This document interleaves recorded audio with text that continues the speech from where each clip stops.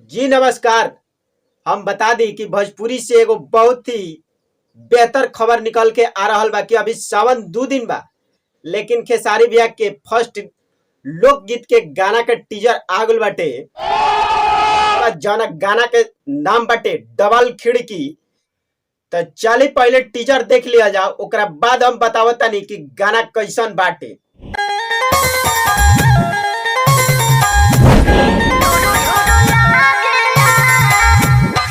हम बता दी कि गाना बहुत ही बेहतर बाटे और वीडियो क्वालिटी बहुत ही बेहतर बा, काहे से कि वीडियो के क्वालिटी बहुत बेहतर शूट कइल गइल बाटे।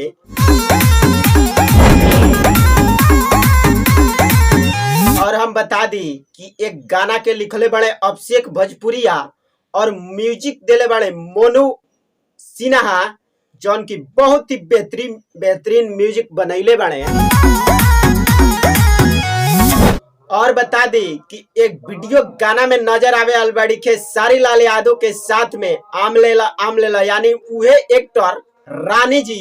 चलो तहरा खातिर दू चार पैसा घट के बा, अरे छट के बा, छोरा आम के सवाद गोरी खट के बा, बाकी हट के बा। और बता दी कि ब्रेकिंग न्यूज ई बाटे कि गाना के रिलीजिंग डेट भी आ गइल बाटे, यानी कल 27 अगस्त के सुबह 6:45 में रौरा लोग के बीच में म्यूजिक से आ रहल बाटे। तब एक बार गाना के जरूर सुनी जा और बहुत ही प्यार दुलार दी जा।